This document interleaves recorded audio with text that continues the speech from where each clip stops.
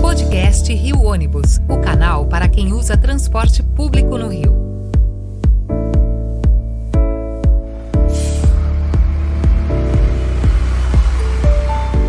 Saudações ouvintes, passageiros dos ônibus da cidade e população carioca. Eu sou Paulo Valente e nesta edição do podcast Rio Ônibus vamos ampliar a discussão essencial sobre a mobilidade urbana no Rio de Janeiro. Qual é o papel do deslocamento no desenvolvimento socioeconômico de nossa cidade? Temos estrutura para promover a eletrificação do sistema de transporte por ônibus? O que devemos esperar e cobrar dos candidatos na eleição deste ano? Para responder essas e outras questões, convidamos o consultor de mobilidade urbana, Rodrigo Tortoriello, para o episódio de hoje. Rodrigo, um prazer muito grande conversar com você aqui mais uma vez.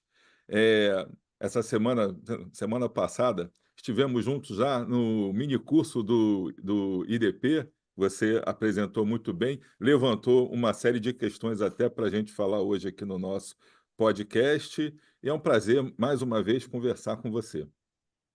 Bom dia, Paulo. Bom dia a todos que nos assistem, nos escutam. É um prazer enorme estar aqui mais uma vez nesse espaço da Rio Ônibus, né? Para que a gente possa promover esse debate, falar sobre mobilidade urbana. É necessário que cada vez mais a gente amplie esse espaço e parabenizar a Rio Ônibus por esse trabalho de informação ao cidadão, levando não só a questão do debate aqui, que a gente vai fazer hoje sobre esses temas, mas ampliando o debate para todas as outras áreas, falando sobre acidentes de trânsito, falando sobre a revolução urbana, falando sobre diversos aspectos que fazem parte ou que influenciam nos nossos deslocamentos no dia a dia nas cidades brasileiras. É isso. A intenção do podcast realmente é essa. A gente está gravando com você o de número 149 e vamos celebrar na outra semana o 150º, né, Rafael? A gente estava debatendo isso agora. Pô, me lembro quando eu era criança, teve o Sesquicentenário da Independência, 150 anos, mas a gente está chegando ao 150º episódio. Parabéns. É, é uma marca boa, porque são episódios semanais e a gente vai sempre trazendo essas questões, falando sobre o nosso sistema, sobre tudo, ultimamente essas questões da mobilidade urbana. Eu acho que a gente conseguiu sair um pouco do debate do dia a dia aqui do Rio Ônibus, da linha que está parada, do pneu careca, do ônibus que tem goteira, e a gente conseguiu começar a discutir os grandes temas que envolvem aqui o transporte público, a mobilidade urbana. E você é sempre uma referência para a gente. Opa, obrigado, amigo. Então, para a gente começar, então, o nosso bate-papo mais diretamente, queria começar lá do início. Você pode explicar para os nossos ouvintes o que é mobilidade urbana e qual o papel dela no desenvolvimento socioeconômico de uma cidade, especialmente aqui do Rio de Janeiro? Sim, a mobilidade, né, o deslocamento que a gente faz no dia a dia, a gente não se desloca por se deslocar. Toda vez que a gente pega em casa e fala assim, agora eu vou sair e vou entrar no ônibus, eu vou entrar num táxi, no meu carro, no trem, no metrô, enfim, no modo que você escolher, na bicicleta, você vai sair de casa para fazer alguma atividade. Então, a mobilidade, o transporte em si, é uma atividade meio, né? Você sai de casa para realizar alguma coisa e precisa se locomover. Então, isso atende a qualquer uma das atividades que a gente faz no dia a dia, seja ela o trabalho, então tem aquela rotina de sair no horário específico de casa para ir para o trabalho, realizar as atividades e depois retornar para casa Sim. ou para a escola. As questões de saúde, eu preciso ir no hospital. Como é que eu chego no hospital? Né? Lazer, quero frequentar aqui no Rio de Janeiro, por exemplo, uma praia, quero ir a um parque, quero visitar um parente, um amigo. Então, e a própria educação, né? Ir para a escola e tudo mais. Então, todos esses aspectos, Paulo, de atividades que a gente realiza no dia a dia, a gente está mais perto ou mais distante dessas atividades, e aí a gente vai escolher um modo de transporte, a gente vai escolher uma forma de se deslocar. E quando a gente escolhe essa forma de se deslocar, a gente procura alguns atributos. Esses atributos, eles passam pela segurança. Se eu tenho segurança em esperar pelo meu transporte escolhido, se eu tenho segurança climática também, se eu não vou pegar chuva, sim, sol, enfim, né? Tudo ali, segurança do ponto de vista da segurança pública. Se eu vou pegar minha bicicleta, meu carro, e vou estar correndo algum risco no caminho, é mais seguro eu ir, sei lá, de metrô, de trem. E a mesma coisa o trem e o metrô, é você ter a sensação de que você, ao sair de casa, você vai ter segurança para se deslocar, chegar ao seu destino, sem sofrer nenhum tipo de consequência da violência urbana.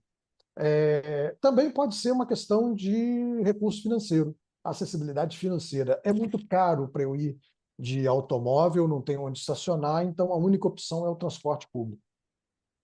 Ou o transporte público é muito caro, a tarifa está muito alta para mim, eu não consigo sim, pagar, e aí eu nem vou, eu deixo de fazer a atividade.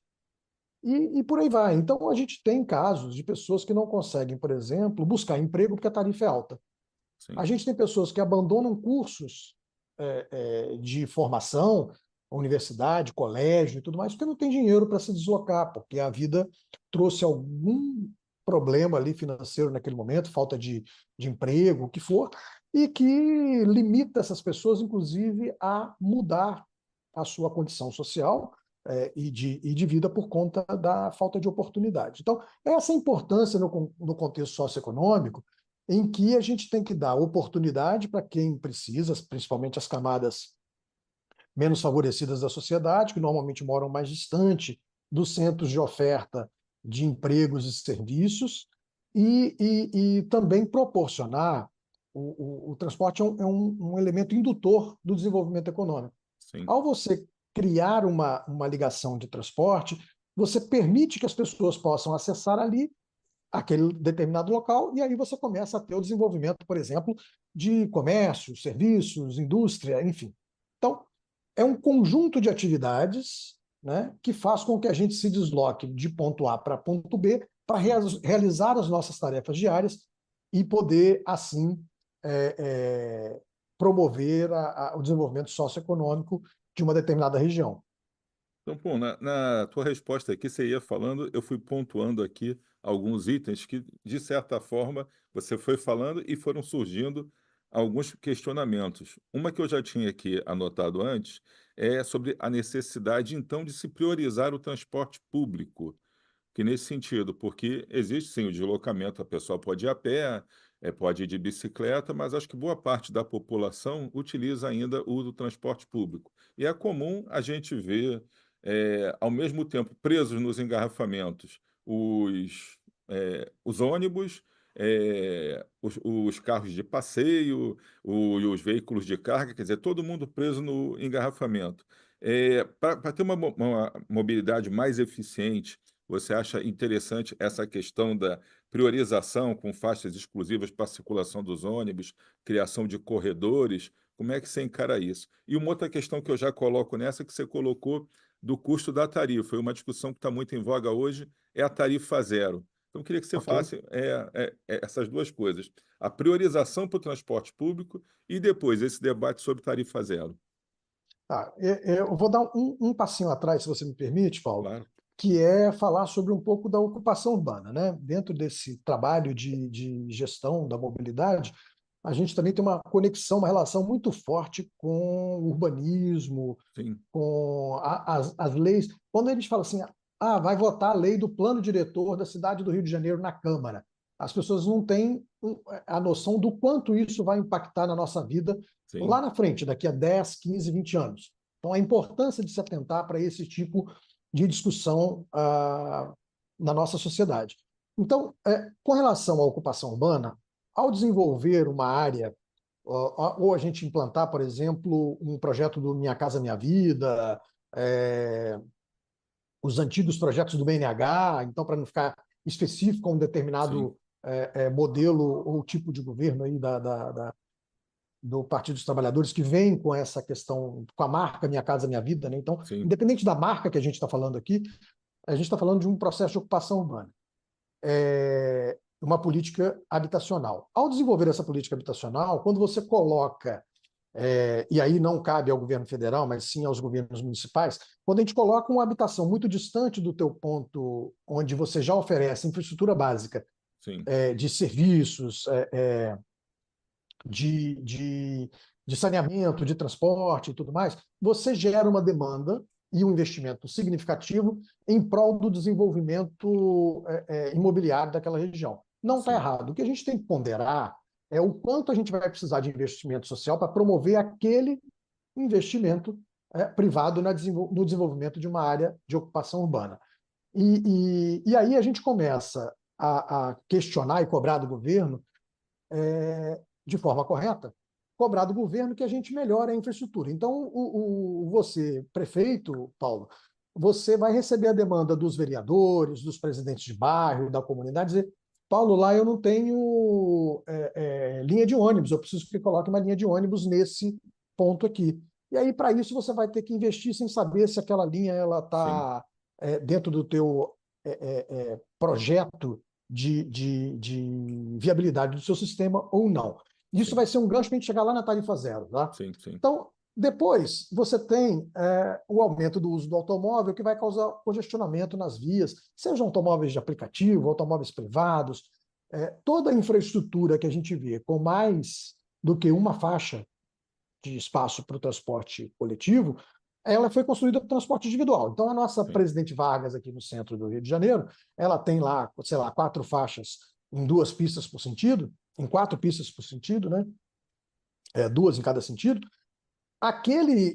Aquelas 4, 8 faixas por sentido que a gente tem ali, elas foram construídas basicamente para o transporte individual. Tanto é que a faixa exclusiva, aí a gente entra nos BRS, ficam ali à direita, na via, para permitir que o ônibus tente sair desses congestionamentos. E sim, por que isso é importante? Porque o ônibus carrega mais pessoas por metro quadrado de infraestrutura, polui menos e gera menos impacto social, como acidentes, poluição, consequências de ocupação e degradação urbana. Então, todo esse projeto de transporte coletivo, a priorização do transporte coletivo, passa por isso. Por sim, exemplo, quando a gente constrói uma linha de trem metropolitano, como a Supervia, a gente tem as barreiras físicas, né? Os muros que separam a via para que não haja invasão e não tenham os acidentes. O ônibus tem mais flexibilidade, não precisa desse tipo de intervenção tão rígida, a não ser que a gente entre num projeto de BRT que mesmo assim não tem os muros como tem as sim, ferrovias. Então, ao priorizar o transporte coletivo, você dá mais velocidade, você tira o transporte coletivo do congestionamento, você dá mais confiabilidade, o cidadão que está utilizando o transporte público vai ter ciência e noção de quanto tempo ele leva do ponto A ao ponto B, com um pouco mais de precisão de tempo. Ele vai ter menor custo, porque você consegue retirar veículos que ficam ociosos, parados no congestionamento. sim, Você vai reduzir a tarifa. Então, olha só quando a gente começa a pensar, eu falei do plano diretor, nasce aqui uma lei que vai impactar na tarifa daqui a 15, 20 anos, ao promover esse tipo de ocupação, ao promover esse tipo de investimento. Então, como é que exatamente uma coisa isso. está ligada na outra, né? E aí, quando você pergunta assim, Rodrigo, e a tarifa zero? Por conceito, Paulo, eu sou defensor da tarifa zero. Sim, Por quê? Porque a tarifa zero permite que as pessoas que não têm dinheiro, que não têm acessibilidade, possam desfrutar da infraestrutura municipal que foi construída da mesma forma que nós dois que temos condição de pagar pela tarifa. sim, Então, se eu quero levar uma pessoa para passear num parque, eu pego o meu carro, o táxi, o ônibus, o metrô, o que for, e vou lá passear e a gente vai desfrutar de uma infraestrutura que foi construída com imposto pago por todos nós. sim. O meu, o seu e de quem não tem dinheiro. Porque toda vez que ele consome algum produto, O um imposto está arroz ou lá feijão, embutido. o imposto está ali.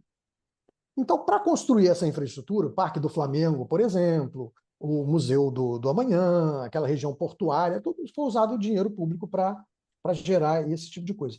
Por que eu vou fazer com que as pessoas que moram longe sejam impedidas de participar por um aspecto financeiro que é eu não consigo me deslocar? Então, elas não podem viver essa cidade que foi construída com o imposto de todo mundo, porque elas são impedidas de se deslocar. Então, com base nisso, para dar acessibilidade não só ao lazer, mas à saúde, um hospital, à educação, eu quero frequentar uma escola XPTO, enfim. Então, para que a gente tenha acesso a todos os serviços básicos que uma prefeitura oferece, a acessibilidade do ponto de vista financeiro é importante. Que a gente não vai alijar ninguém Sim. por conta da distância e por falta de dinheiro. Bom, qual que é o outro lado da tarifa zero? Não é uma bala de prata, a gente não pode fazer isso de forma inconsequente. Quando a gente compara com o SUS, por exemplo, o HPS, o Hospital de Pronto-Socorro, é um hospital de tarifa zero para acidentados. Sim. Só que a responsabilidade é dividida entre o governo federal, estadual e municipal. Quando a gente fala de tarifa zero, normalmente esse custo recai só sobre a prefeitura. Sim. E ao fazer isso, a gente põe um peso na prefeitura de decisões que ela não tomou, como, por exemplo, a gratuidade para o idoso acima de 65 anos. Então, se a gente vai estabelecer que a tarifa vai ser zero, a gente precisa planejar, garantir que os municípios, os estados e a União tenham condições de oferecer isso de forma perene durante muito tempo, porque senão vai ser mais uma... Se não houver planejamento, vai ser mais uma estratégia boa, que pode ser utilizada, que deve ser implantada em determinadas situações, só que ela não atende a todo mundo o tempo todo. Sim. E aí a gente vai matar uma boa ideia por falta de planejamento e organização. Então, dessa forma que eu penso sobre a tarifa zero, que ela não pode ser uma bala de prata e nem falar assim, tarifa zero agora... a gente tem que fugir do modismo. A gente está chegando ao período eleitoral, é muito fácil cair no discurso gostoso ali, né? Porque, poxa, quem não vai querer? Essa seria a minha próxima pergunta, né? O que é que a gente tem que prestar atenção no candidato, né, que está os vários candidatos aí de todos os municípios, aqui na região metropolitana do Rio são vários, e todo mundo fica falando hoje, né, da tarifa zero, da mobilidade, dos novos sistemas, até da eletromobilidade dos ônibus elétricos, que é um outro Sim, item que estão sim. colocando muito. Então, o que é que você acha que a gente tem que prestar atenção nessa questão? Então, começando aí pela tarifa zero, por tudo isso. Olha, a gente tem que tomar cuidado para não cair na armadilha do modismo. Sim. Tá? Tarifa zero é importante, eletromobilidade é importante, mas todos os dois têm que ser muito bem planejado, muito bem estudado e muito bem trabalhado para que, de novo, não vire um tiro no pé. E daqui a 2, 3, 4, 5 anos, a gente vai estar aqui discutindo o seguinte: Paulo, o tarifa zero não funciona. A tarifa zero funciona. Mas, para cada tipo de doença, a gente tem um remédio específico e uma quantidade de dose determinada para tratar Sim. aquela doença.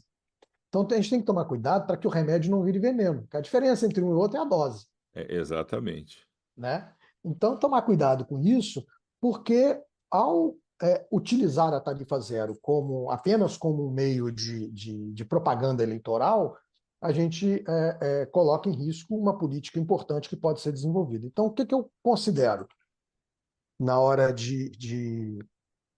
o candidato que vier propor tarifa zero, ele precisa explicar um pouco melhor como é que ele vai chegar lá. Fazer conta, e dá para fazer conta de padaria, a gente não precisa ser... Campanha não é o momento de aprofundar em projetos, senão você já está exercendo o governo. Mas você tem que ter uma leitura superficial, porém, com alguma profundidade, porque ela tem que ter coerência. Ela não pode ser tão superficial a ponto de não te dar coerência nas suas atitudes. Então, ao montar um projeto de tarifa zero, eu tenho que pelo menos dizer, olha, o custo total é esse, o orçamento é esse, eu vou tirar dinheiro daqui para poder pagar isso. Sim. Explicar como vai fazer. Não simplesmente falar assim, é um direito e todo mundo... Sabe, a bravata da campanha, ela não pode ficar simplesmente nesse momento da propaganda eleitoral, ela tem que ser cobrada mais adiante. Então, ao questionar o teu candidato, pergunte, ótimo, compartilhe contigo a ideia, acho excelente a tarifa zero, mas como nós vamos fazer isso? Sim. Entendeu? Então, o primeiro passo é isso. Agora vamos para a eletromobilidade. Promover o transporte sustentável não é só a eletromobilidade. A gente tem bicicleta, a gente tem a caminhada, E a gente sim, tem, inclusive, a priorização do transporte coletivo lá que você citou das faixas exclusivas é uma forma de promover o desenvolvimento da mobilidade sustentável, independente se ela for elétrica ou não ainda. sim, Ter a mobilidade elétrica como objetivo e desejo futuro é ótimo. Só que um projeto de mobilidade elétrica, de ônibus elétricos, ele está muito mais próximo de um projeto de ferrovia do que de um projeto de ônibus, simplesmente. sim, Tá? Mal comparando, aqui é um exemplo grosseiro, mas se o diesel de um ônibus acabar no meio de uma operação, isso não acontece porque as empresas têm o cálculo e sabem como sim, fazer, mas por sim. hipótese, se isso acabasse no meio da operação, você para num posto, enche o tanque e continua. Você Solução não rápida. deixa solução, a população não fica na mão. O ônibus elétrico leva de 3 a 4 horas para carregar a bateria completamente. Então, não dá para eu falar assim, gente, eu vou ficar 3 horinhas parado aqui nesse lugar que não, talvez não tenha infraestrutura preparada para Sim. recarregar a bateria. Então, existem planejamentos que precisam ser feitos, como saber se a garagem onde está sendo planejada a introdução dos ônibus elétricos tem energia suficiente para recarregar aquela quantidade de veículos. Exatamente, porque hoje um ônibus a diesel você abastece o tanque, né, completa um tanque cheio do zero até completar 300 litros em menos de 5 minutos. Então fica fácil você ter uma frota de 100 ônibus, uma frota média de 100, 150 ônibus numa garagem, você abastece rapidamente. E onde tem que chegar, abastecer, fazer a revisão e já limpar e já está saindo de novo. O elétrico vai demandar. E autonomia também durante o dia. Ele tem autonomia para rodar a mesma quilometragem, é uma coisa que a gente tem que discutir. Temos linhas de ônibus que rodam Hoje, muitos quilômetros. dependendo do tipo de operação, da temperatura, o calor influencia Sim, muito. Quanto mais quente, gasta-se mais bateria. Mas hoje um veículo chega a atingir entre 250 e 300 quilômetros de sim, operação, dependendo do modelo, e outros modelos um pouco entre 200 e 250. Mas o que é importante a gente colocar aqui, Paulo, assim, como para um conhecimento geral, a eletromobilidade é importante, ela é interessante e é uma evolução do processo de transporte público, porque ela traz mais qualidade, menos sim, ruído, os veículos são mais confortáveis, faz menos barulho, o motorista tem menos impacto do calor sim. do motor, enfim, tem uma série de benefícios para toda a população. Mas como que eu chego nesse benefício? Não é simplesmente trocando o veículo, porque ele requer uma série de planejamentos, requer uma série de ações que são primordiais para o bom funcionamento do sistema, para a gente não cometer o erro de falar assim, poxa, o ônibus elétrico não funciona. Ele funciona sim, Sim. mas funciona em determinadas situações, em determinadas tipos de operação. Então você tem que estudar a linha, se tem muito morro, se não tem, como é que ele vai se comportar nisso, o tamanho do veículo, a quantidade de bateria que vai ser utilizada, enfim, tem uma série de dados que a gente precisa considerar ao fazer o projeto de eletromobilidade, e não simplesmente falar assim, comprei o ônibus, tirei um diesel, vou colocar um elétrico. Não é assim que Não é o funciona, caminho. entendeu? Então, Então, esse passo, essa preparação é muito importante, e agora, né, no ano eleitoral, é muito importante que a gente questione, pergunte, cobre, pergunte, mas como você vai fazer? Por que vai ser feito assim? Como é que vai recarregar? Quanto tempo leva? Qual o custo sim, disso? Tá? O ônibus elétrico ele se paga num período, comparado com o diesel, ele se paga num período de 8 a 10 anos, dependendo da operação. sim. Né? E custa 3 vezes mais do que o mesmo veículo a diesel. Então, Então não é tem simplesmente. seu impacto na tarifa, tem tudo. São várias questões. É o que você falou agora há pouco. A gente tem que ficar atento à questão do modismo. O que me parece, vendo assim, muitas conversas, é que o ônibus elétrico tá na moda hoje. A gente sabe que tem empresas que estão investindo muito na divulgação e tudo.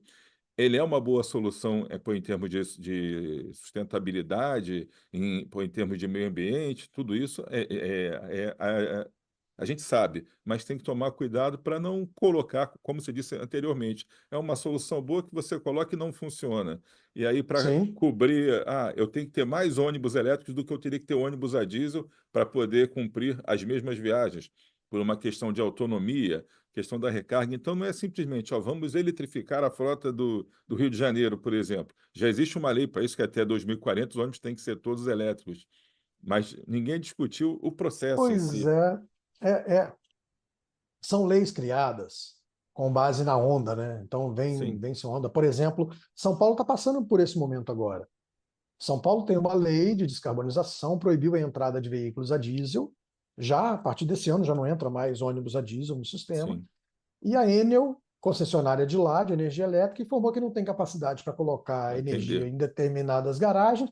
Como é que vai fazer? Criou um nó. Ou Sim, desrespeita a lei, enfim, muda a garagem. Então criou um nó. Porque houve um desentendimento, um desencontro do planejamento da prefeitura, da Enel, enfim, do sistema e da legislação que foi criada. Tem que ser feito, sim, tem que procurar melhorar, mas, por exemplo, uma linha que faça Santa Cruz, Central do Brasil. Essa linha, Central do Brasil foi até um exemplo ruim, porque tem uma linha de trem que poderia estar fazendo o mesmo trajeto de forma mais eficiente. Mas mas vindo Santa pela Barra Cruz, da Tijuca. Santa Cruz Centro vindo pela Barra da Tijuca. pela Barra da Tijuca, essa linha ela é eletrificável ou não? Essa linha ela é passível porque a distância é muito longa, ela joga contra o sistema elétrico.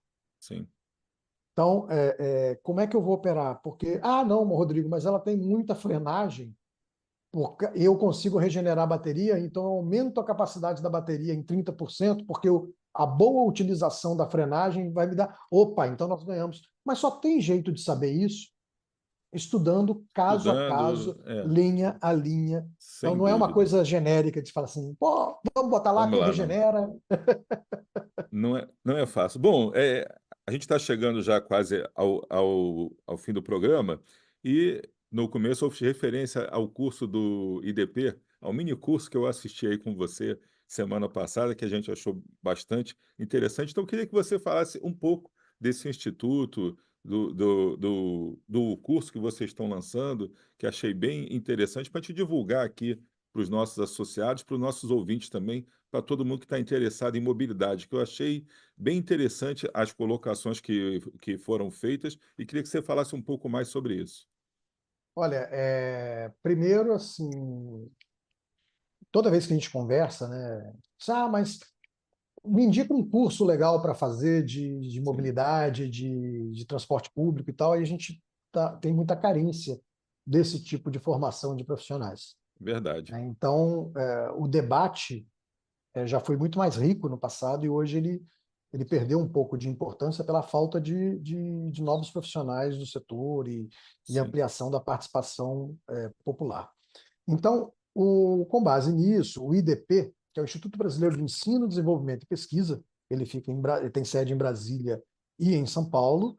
Esse instituto viu a oportunidade de criar uma pós-graduação de 360 horas, um MBA em mobilidade e trânsito. Então, são diversos profissionais, diversos professores que militam na área, né, de forma sim, prática. Temos aí o Dr. Frederico, que foi secretário nacional de trânsito, foi o primeiro secretário, né? Antes era um departamento, aí virou uma secretaria, ele foi o primeiro secretário nacional de trânsito, e depois temos também o Júlio Vermodesto, que é um papa na área de legislação de trânsito, uma pessoa, uma referência nacional na área sim. de legislação de trânsito. Temos o Bruno falando sobre ruas completas, temos a questão da visão zero para redução de acidentes. Enfim, um grupo muito legal de professores, pessoas com experiência prática e formação técnica. Então, concilia as duas abordagens para que a gente possa expandir um pouco a quantidade de pessoas que militam e defendem esses temas de forma mais persuasiva, de forma mais competente, e que a gente não caia nessas pegadinhas do modismo, né? É uma forma de Isso, preparação para essa discussão também, Paulo. Porque você, exatamente. não, eu vi lá no curso que não é desse jeito, que não é simples assim. É verdade. Então, E você colocou por uma coisa bem interessante. Eu sou arquiteto, urbanista também, e trabalho em ônibus aí a vida inteira, desde que eu tinha 14 anos, né, na empresa da família, e a gente vai aprendendo muito no dia a dia, na prática ali. E o que você colocou, são poucos os cursos que te dão essa formação mais ampla, ampla, completa. Então, você estuda um pouco de gestão ali, um pouco sobre legislação em outro lado, aí assiste uma palestra, conversa com um especialista, mas é difícil ter um lugar que congregue tudo isso, que a gente consiga, Sim. num curso só, numa fonte só, discutir todos esses assuntos que estão em debate hoje em torno da mobilidade, do trânsito, da segurança. É bem interessante. Quando eu fui ter a oportunidade de ser secretário pela primeira vez, Paulo, tem um amigo que falou o seguinte: ele tinha sido secretário, já estava aposentado há algum tempo. Aí ele falou assim: Rodrigo, vai ser o maior MBA que você vai fazer na sua vida, porque hoje a gente tem poucas escolas que ensinam como lidar com trânsito, transporte, Sim, segurança, investimento e tal. Vai ser o maior MBA que você vai fazer na sua vida. Só tem uma diferença: não tem professor, não tem livro e não tem ninguém para te ajudar no dia a dia. É a solidão do poder e do sim. autodidata ali para poder aprender. Então, ao oferecer esse curso, a gente tenta passar um pouco da experiência que cada um teve. Vários tiveram e ainda ocupam posições públicas Sim. como gestores, e é importante a gente conseguir conciliar essa parte privada e pública para que a gente tenha uma mobilidade mais sustentável, mais digna, que ofereça um serviço de qualidade ao cidadão, porque, para concluir aqui e fechar a minha participação, né, Tá acabando a já o gente... curso agora. Aonde que eu procuro informação? Tem um Ah, site, no alguma site, coisa no assim? site do IDP, sim, Sim. idpedu.br, e depois eu posso compartilhar o link específico do curso com vocês, Ok. deixar aqui Eu vou colocar nas no nosso instruções. podcast também essa referência.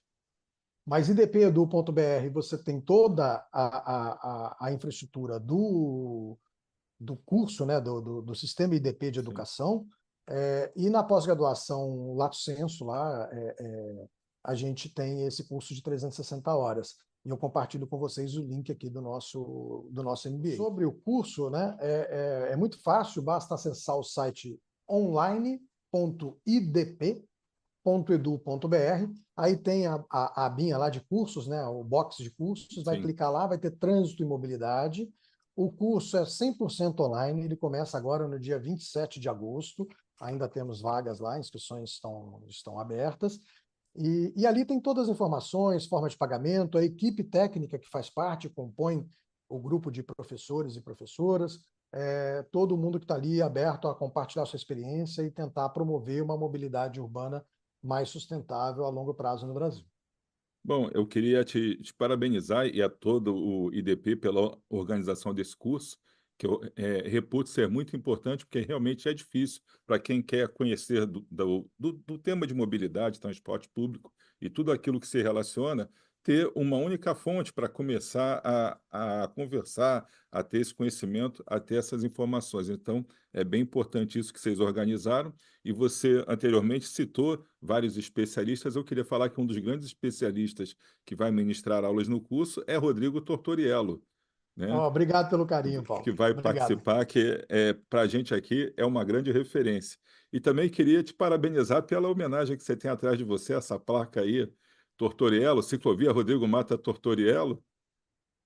Isso é uma Obrigado. homenagem, né? Porque pela lei, para virar nome de praça, nome de rua, já tem que ter partido para outro plano. Então, espero que isso Sim, seja uma a homenagem, uma ciclovia coisa ainda não assim. existe, foi só Sim, uma homenagem da equipe lá que implantou as placas de rua em Porto Alegre, a quem eu agradeço pela feliz decisão de colocar a ciclovia. Sou usuário de bicicleta, sim.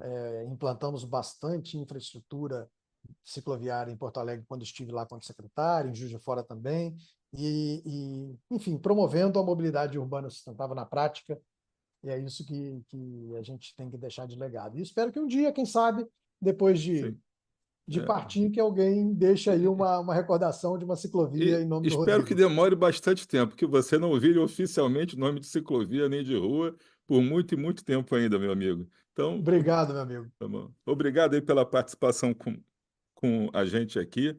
Então, mais uma vez, agradecendo aqui ao Rodrigo Tortorello pela participação. chegamos ao fim de mais um podcast do Rio Ônibus, que ficará disponível para você ouvir novamente a qualquer momento e para compartilhar com quem quiser. Semana que vem estaremos aqui com um episódio especial em comemoração ao 150º episódio de podcast do Rio Ônibus. Esperamos você. Apresentação e supervisão, Paulo Valente. Roteiro e produção, Peter Barcelos. Produção técnica, One Marketing. Rio Ônibus. Seu dia passa por aqui.